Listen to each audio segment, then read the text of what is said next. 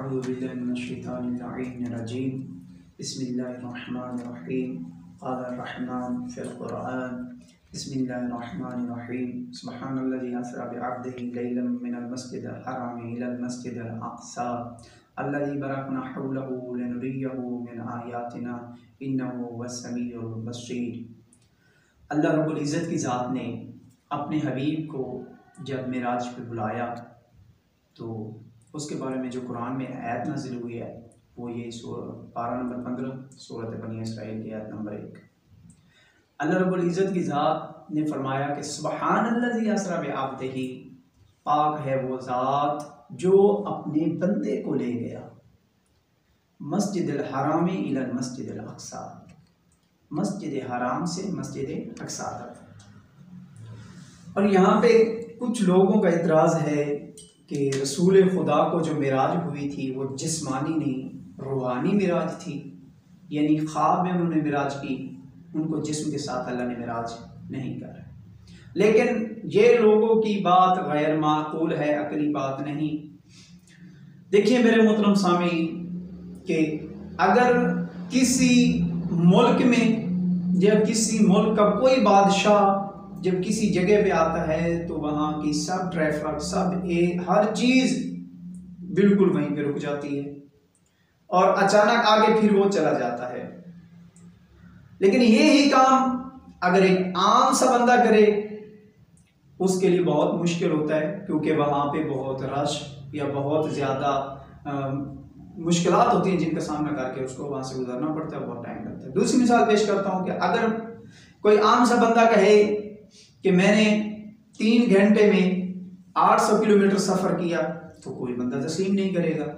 लेकिन यही अगर दावा हुकूमत करे कि 3 घंटे में 800 किलोमीटर सफ़र किया गया तो हर बंदा बाप को मानने के लिए तैयार है, क्योंकि हुकूमत के पास ऐसे ज़राए हैं कि वो बंदा 3 घंटों में 800 किलोमीटर सफ़र उनको हुकूमत करवा सकती है या वो खुद हुकूमत वाले कर सकते हैं।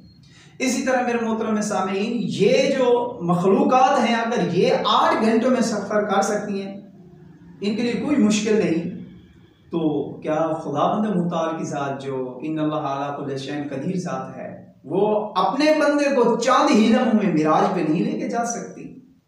तो ये उनका अक़ीदा गलत है कि वो ख्वाब में गए थे। उनकी रीज़न भी यही कहते हैं कि वो क्योंकि इतनी जल्दी पलट आए, इतनी जल्दी होके भी इतनी सारी बातें सुन ली, भाई वो सब चीज़ें रुकी हुई थी, वक्त भी इतना नहीं गुजरा, तो इन चीज़ों की आपको समझ नहीं आनी। जब मेरे मौला अमीर कायनात फरमाते हैं कि मैं इतनी बुलंदियों पे फाइज हूँ, अगर किसी की अक्ल का परिंदा पर मारना चाहे तो पर चल जाएंगे, वो गिर जाएगा, मेरी बुलंदियों तक नहीं पहुँच सकता। जब कोई बंदा अमीर कायनात की बुलंदियों तक नहीं पहुँच सकता तो वो तो फिर अमीर कायनात का जो रसूल है उसका खुदा उसे ले गया, उन तक तुम्हारी फिक्र कहाँ जा सकती है। बस इतना याद रखो वह अला कुल्लि शैइन क़दीर है।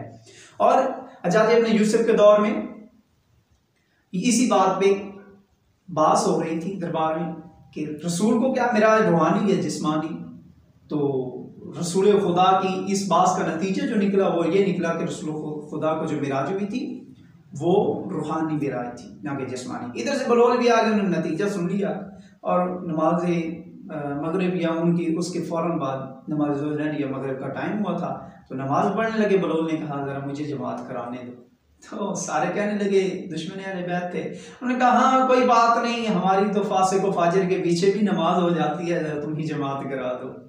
जनाब बलोल जमात कराने के लिए उन्होंने पहले सूरह अल-हम्द पहली रकात में पढ़ी और फ़ौरन दूसरी सूरत बनी इसराइल शुरू कर दी।